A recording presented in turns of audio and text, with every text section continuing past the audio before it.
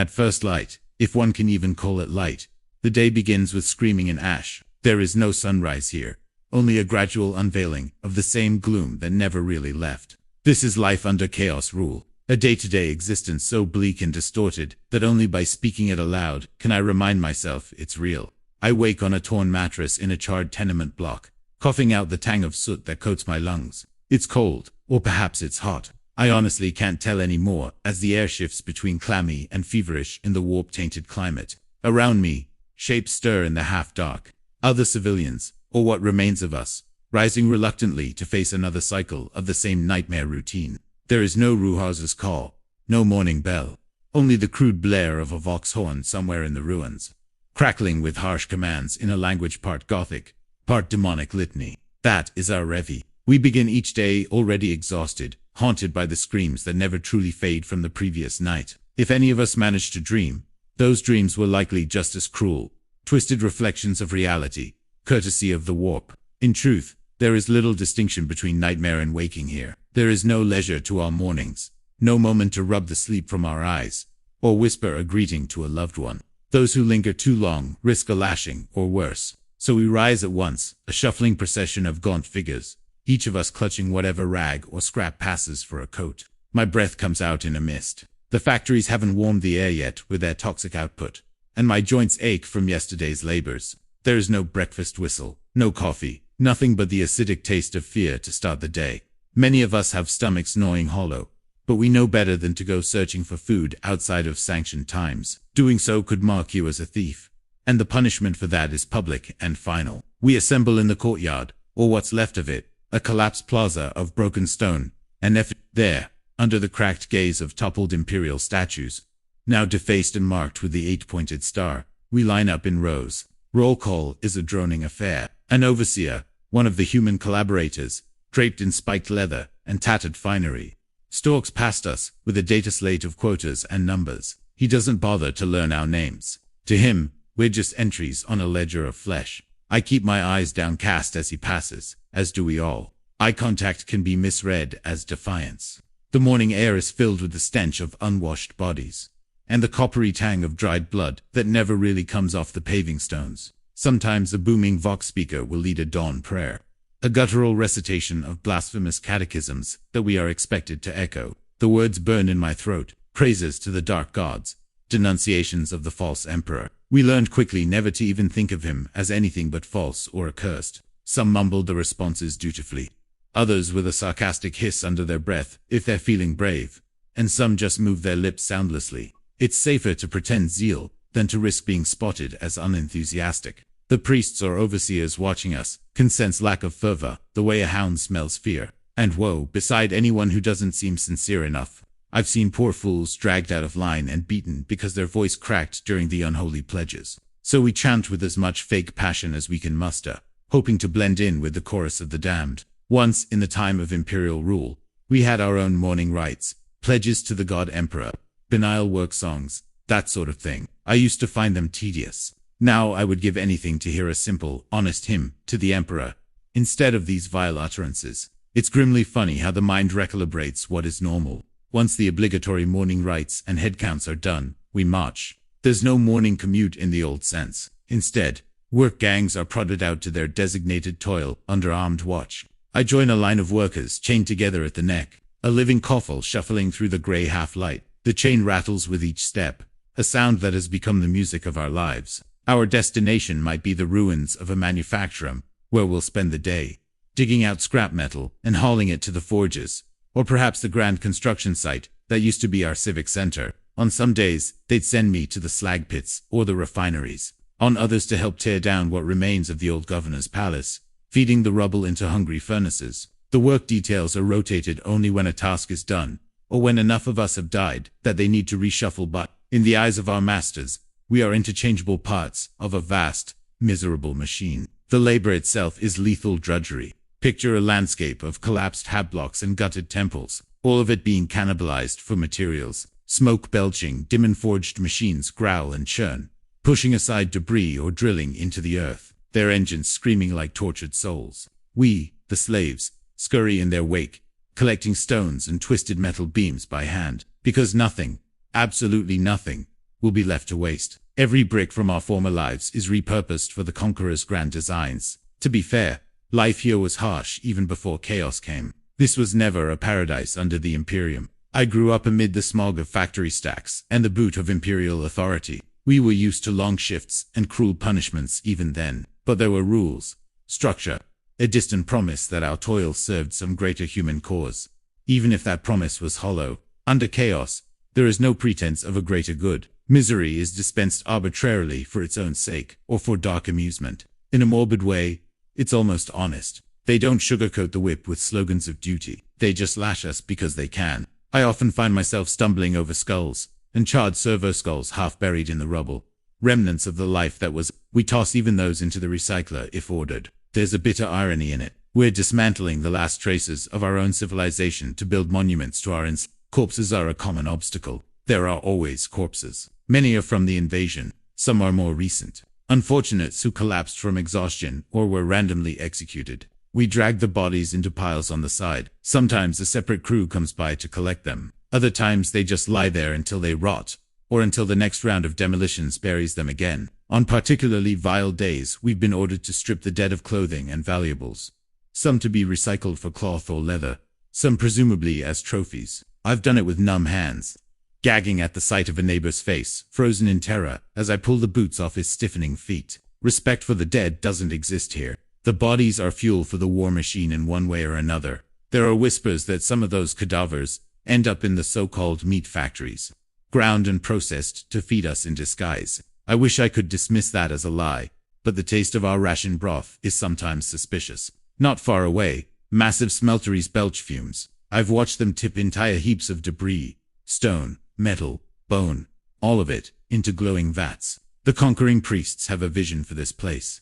They melt our world down and recast it into something new and profane. Brick by blackened brick. We are the ones who feed the furnaces, stoking them with the detritus of everything we once held dear. Hours grind by. Our backs bend and our hands bleed as we haul load after load of wreckage. Thick dust mixes with the acrid chemical smoke in the air, forming a coating on our tongues and in our lungs. Coughs are common, a dry, rasping chorus from chests long blackened by soot. Some workers develop racking bloody coughs that never stop. They usually don't last long after that. Every few minutes, I hear the crack of a whip or the buzz of a shock prod, as the overseers keep us in line. Those overseers come in several varieties, none of them pleasant.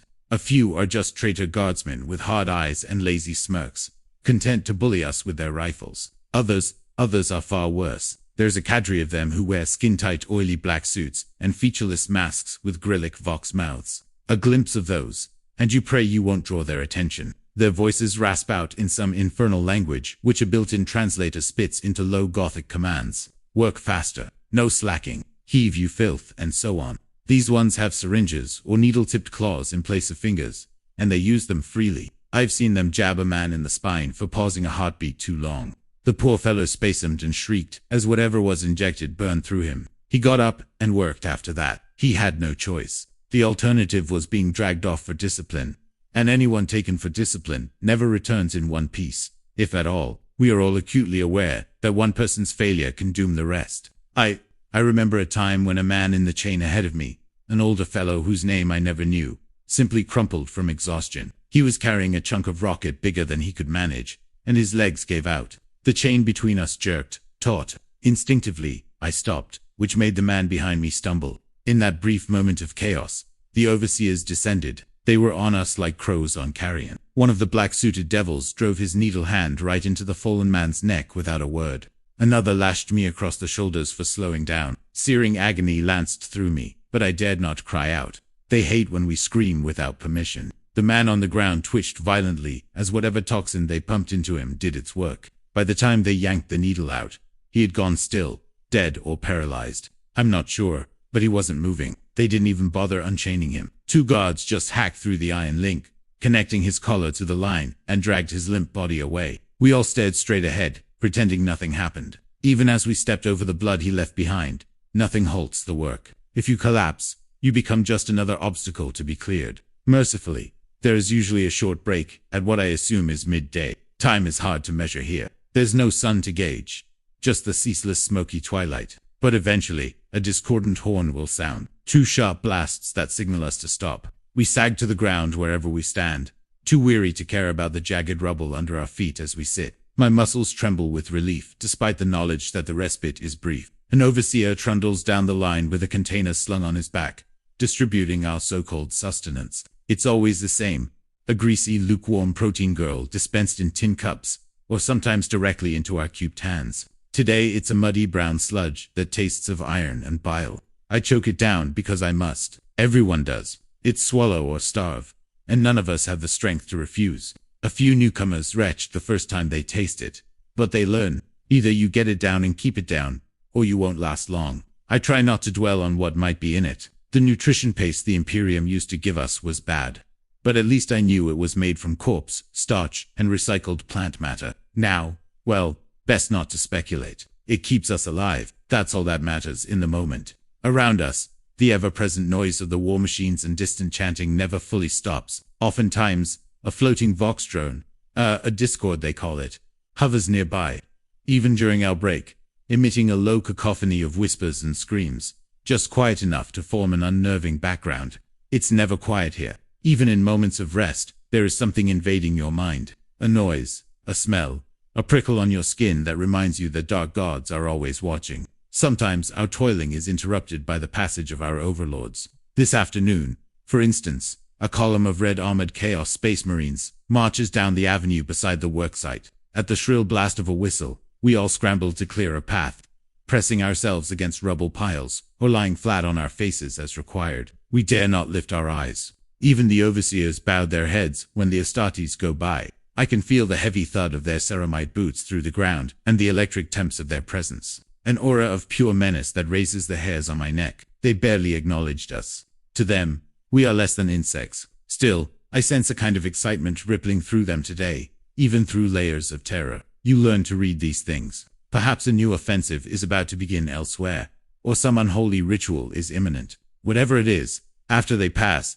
the work overseers drive us even harder, as if inspired by the warrior's presence. Fear trickles down the hierarchy, and we at the bottom always catch the worst of it. As the cycle of labor drags toward what would be evening, exhaustion becomes a living thing, gnawing at us. There is no natural dusk, only a deepening of the smog overhead, and the flicker of firelight from the forged temples on the horizon. Eventually, a horn signals the end of our work shift, though it's not mercy, just necessity. Even slaves work at diminished capacity when utterly spent, and our overseers know it. We are herded back toward our habitation zones in ragged groups. Under guard, some of us are so tired we can barely walk straight. The chains are removed from our collars only once we're secured behind walls and fences for the night. Not out of kindness, of course, but because we've nowhere to run and no strength to run with. Nights in the hab zones are a different kind of torment. We're crammed dozens to a room in whatever structure still stand. Mostly half-ruined hab blocks, reinforced with scrap metal. Some sleep on CS or mats, if they're lucky. Most of us just huddle on cold stone or packed earth floors. The only light comes from sputtering torches or braziers set in the hallways, casting red shadows that dance on the walls like imps. The smell inside is rank, a sour mixture of sweat, blood, and despair. We collapse into our corners, muscles on fire, blisters open and raw. A few tried to tend to their wounds with dirty rags or share whispered advice on how to avoid infection. Not that you really can. Clean water is a luxury. We get a small allocation in grimy tin cans, barely enough to slake thirst, let alone wash away grime. I usually swallow my share with a gratitude that borders on absurd. Imagine being thankful for a mouthful of water that tastes faintly of rust and rot. But that's what we've become. Outside, a curfew is in effect. None of us would dare step beyond the threshold of our shelter. Now, after the work shifts, the streets belong solely to the occupiers and their chosen hunters. I've heard the guttural growls of mutant warhounds echoing in the distance, and the clank of heavy boots as patrols move through the ruins on the lookout for any soul foolish enough to wander. We are penned in for the night, like cattle in a corral. Sometimes I see the pale beam of a searchlight sweep past the gaps in our boarded-up windows, or hear the whir of a surveillance served a drone buzzing by making sure we are where we're supposed to be. Anyone caught outside without authorization after dark is as good as dead. Likely worse than dead, actually, because they usually make an example of such victims come morning. Inside these overcrowded rooms, we speak rarely and softly. The walls have ears. Some say literally, given the strange sigils carved into every other corner by the sorcerers. No one knows what surveillance, trickery, or warp-spawned listening devices might be at work. So we keep our voices to whispers if we must talk at all. In the early days, some people would quietly reminisce or mutter prayers for deliverance. Now, most just sit in numb silence, or weep where they think no one will notice. A few still offer what comfort they can, a shared blanket, a half-remembered lullaby hummed under the breath, a mumbled encouragement that tomorrow might not be as bad, though we all know it will be. These small gestures are all that remain of normal human kindness, flickers of warmth in an otherwise unrelentingly cold existence. We cling to them, even as we know that compassion here is as dangerous as defiance. Display too much concern for another, and you might be accused of forming a fellowship or a plot. More than once, an act of kindness has been repaid with the crack of a bolter, if the gods suspected solidarity among us.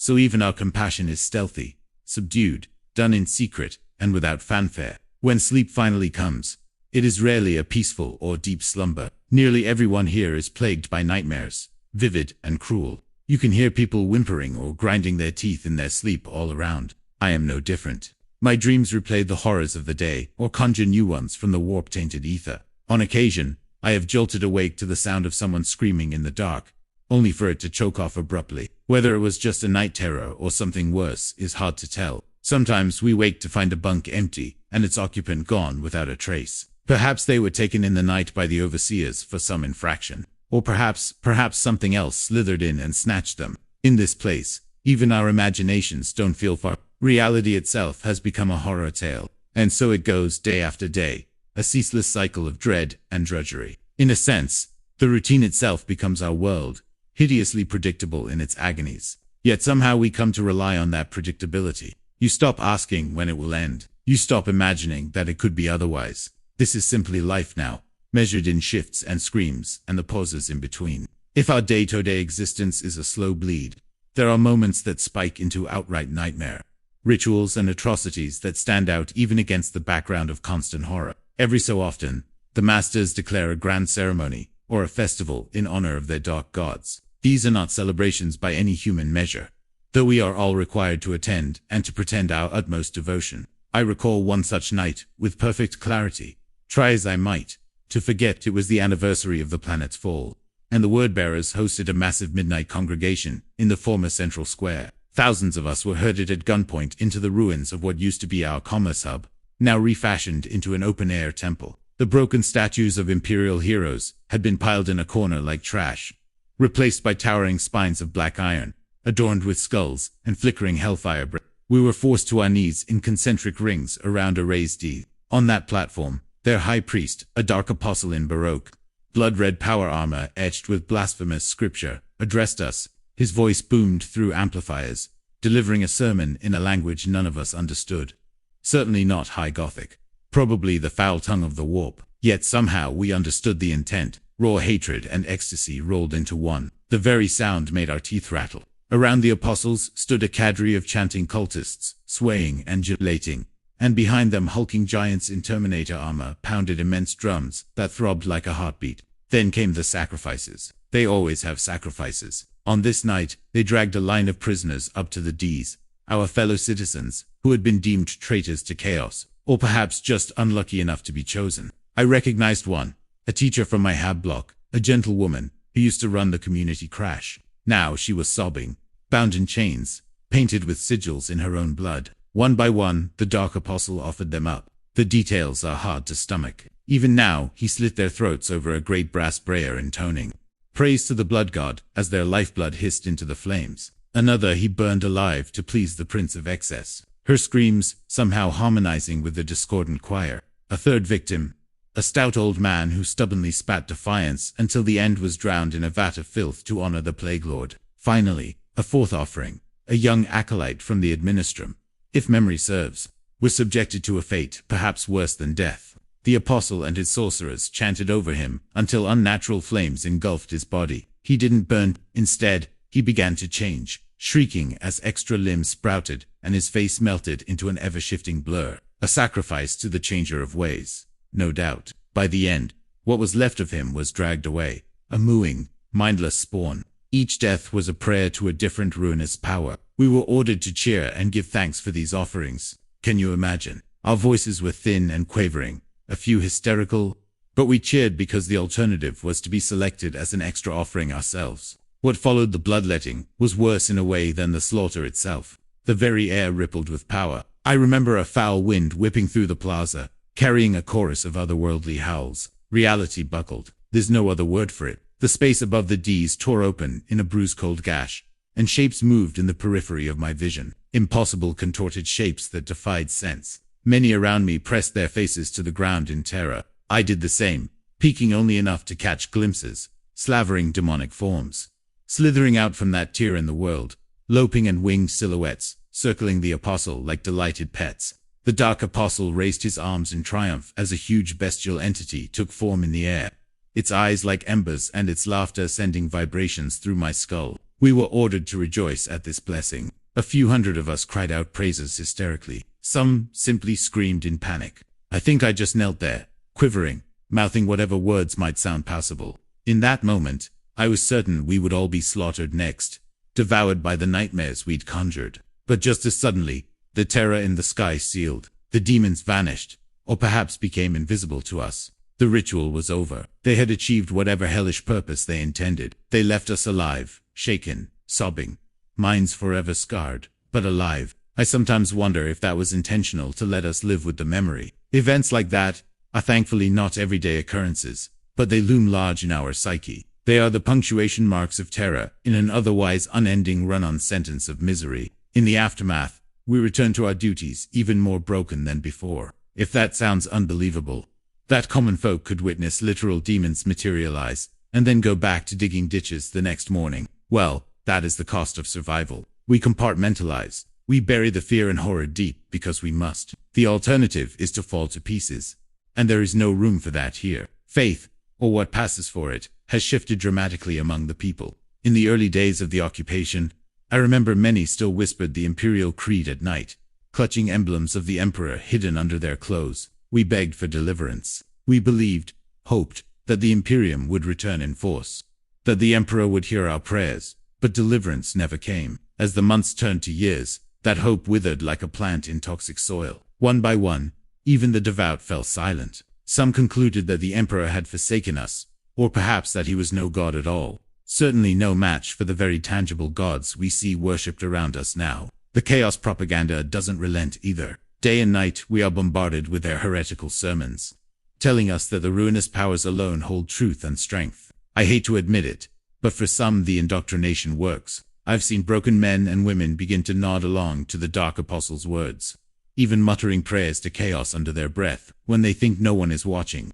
Maybe they truly convert, or maybe they just figure it's easier to survive if you worship the winning side. Sincerity and desperation can look very similar here. There are those among us now who have genuinely embraced the new order, whether out of true conviction, or simply because it gives them a chance to climb out of the pit of victory. They dome the symbols of chaos with pride. These collaborators, once our neighbors, can be the cruelest of all. To prove their loyalty, they outdo even the occupiers in harshness. I know of a former city administrator who reinvented himself as a priest of the Dark Shins. He leads public denouncements of anyone suspected of imperial sentiment and personally oversees. Another man, a factory foreman, eagerly reports any whisper of dissent among his work crew in exchange for marginally better food and a position of petty authority. We despise these turncoats, but we fear them even more. They walk among us, and we cannot tell who might be secretly in their number, ready to inform on a misplaced sigh or a wistful remark about the old days. The warp's touch has also left physical marks on many of us. Under the Emperor's rule, even a minor mutation was caused for execution or exile. Under chaos, mutation is openly rampant and sometimes encouraged to dump. After long exposure to the warp, tainted atmosphere, and whatever foul energies saturate this place, it's no surprise that some of us have begun to change in body. I've seen coworkers develop strange patches of scales on their skin, or an extra joint in their fingers or eyes that reflect in the dark like a beast's.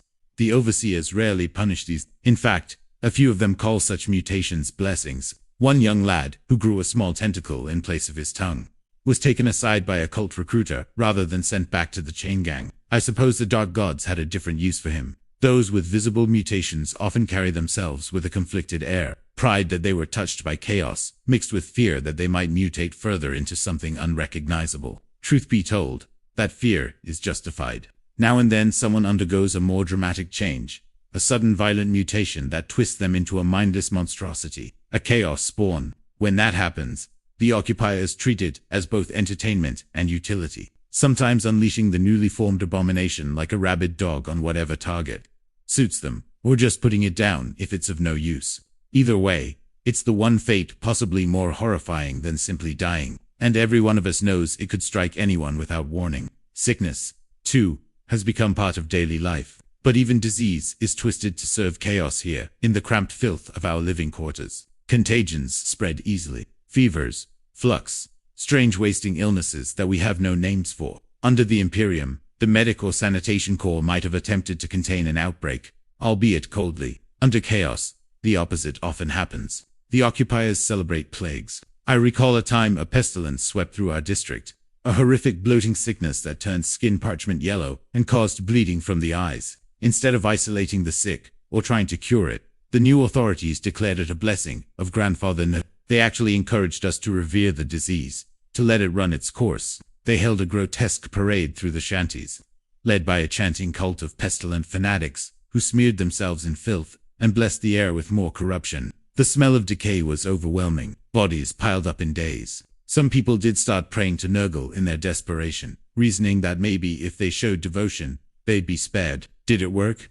Who can say? Perhaps those ones were the few who survived the plague with pox-marked faces and a lifetime of coughs as souvenirs. The occupiers certainly acted as if it were divine selection, rather than luck. They even inducted the survivors into a dedicated Nurgle cult cell, giving them roles, distributing fungus-ridden bread rations, and tending to the next cycle of sickness. In this way, even our suffering is weaponized to strengthen their hold. It's not only disease or exhaustion that thins our numbers. Periodically, the overseers will conduct what amounts to a culling. They might show up during the night, or at shift change with lists of names, or just a quote of warm bodies to collect. No explanation given. Those taken are simply herded onto transport trucks or landers and whisked away. Perhaps they're sent to the front lines as cannon fodder for some chaos war, or handed over to the Dark Mechanicum for experimentation, or offered en masse in a blood ritual on another world. We never find out. The empty bunks and the silence are all that remain of them. When these roundups happen,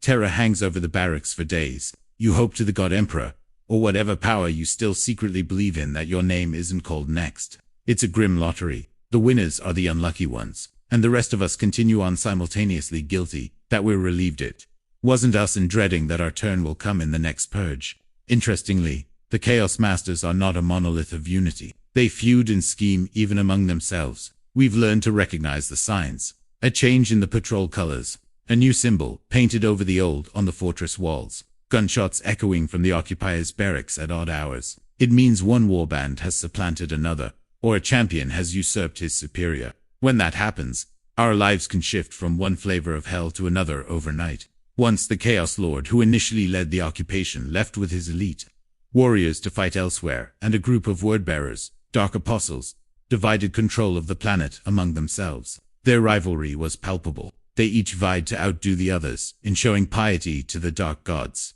For us, that meant an uptick in sacrificial demands and conflicting orders that got many slaves killed. Two apostles argued over whether more monuments should be built, or more slaves sent off-world to aid a crusade. In the end, they split the difference by driving us twice as hard to do both. Another time, a minor civil war broke out between a corn-worshipping contingent and a sly Nesh cult within the garrison. They actually fought each other in the streets for a short while. We, the civilians, hid wherever we could while God-crazed warriors slaughtered each other over doctrinal minutiae or personal vendettas. When the smoke cleared, the victors punished us for the mess as if it were our fault. That's the way of it. We pay the price for their internal conflicts every time. Even the planet itself is changing under chaos rule. I sometimes wonder if the world is gradually becoming a demon, world piece by piece. The sky is often a strange color, not just the bruise of pollution, but swirls of sickly green or vivid purple lightning, dancing in the clouds with no natural explanation. We've had rain that stank of sulfur and left rashes wherever it touched skin, and on one occasion, a rain of actual blood that lasted an hour. The ground in some areas has become unstable. There are places where reality feels thin, where you walk past an alley and the shadows seem to reach for you, or you hear voices speaking in no language. You know, some buildings, what remains of them, have taken on a warped, melted appearance, as if reshaped by an unholy hand. New growths, yes, growths, sprout from cracks in the pavement. Pulsating fungal masses, or thorny vines that whisper when you get close. We avoid those. When the planet itself starts sprouting teeth and eyes, you know things have gone truly mad. Unsurprisingly, many among us have lost their minds entirely. There are those who simply sit and rock in the corners of our quarters, unresponsive, their spirits evidently broken beyond repair. Others have fits of hysterical laughter or screaming, and have to be restrained, lest they draw the eye of the guards. A few even wander off into the wasteland beyond the city, choosing the unknown terrors of the wilds over the certain torment here. They never come back, and we assume they perished or became something unhuman out there. Part of me envies the truly mad. At least madness might offer an escape from fully grasping this nightmare. To understand everything, to remain sane and aware in this place, is its own torture. Hope as a concept has become a double-edged sword that most of us avoid grasping. In the beginning, we hoped fervently for liberation, for the Emperor's armies to arrive in glory and cast down our tormentors. But, as I said, that hope died slowly and painfully. Now, I'm not even sure salvation by the Imperium would mean what we imagined. We know what imperial liberation often looks like. If this world were to be reclaimed, it's likely the Inquisition or the Astra Militarum would deem all of us irredeemably tainted anyway. At best, we'd be shuttled off to penal camps or work crews on some distant front. At worst, a cleansing virus bomb or firing squad would be our fate for having endured under chaos. A cruel irony. The very rescue we once prayed for might just finish what chaos began. So no, we don't really hope for deliverance anymore. We don't hope for anything. We exist, and that is all. I'm not sure why I'm even telling all of this. Maybe, as a final act of defiance, to prove that someone remembered, that someone saw and understood what happened here. Perhaps these words are meant for a future soul. Someone far away in time or space who might stumble upon this account and struggle to believe that any of it could have really occurred. I wouldn't blame you for doubting. There are days, even I living through it, have to convince myself it's not just some fever dream, but it is real. This has been our life, our history, written in blood and fear under the boot heels of chaos. We know our names will not be recorded in any honor roll. No one will build a monument for us, save for the obscene spires we were forced to raise to glorify our captors. In all likelihood, when this is over, if it ever ends, our story will be swept aside or lost in the larger chronicles of galactic war.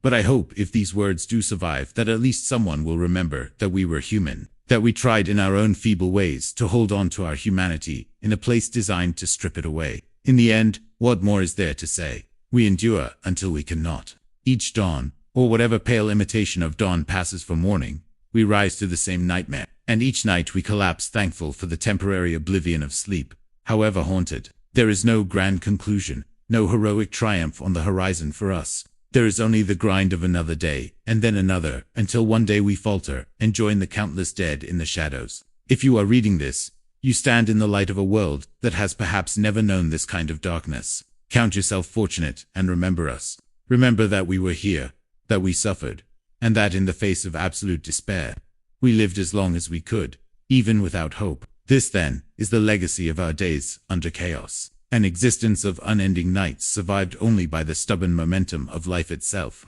ending not with a bang or a whimper, but with a long, low sigh of resignation.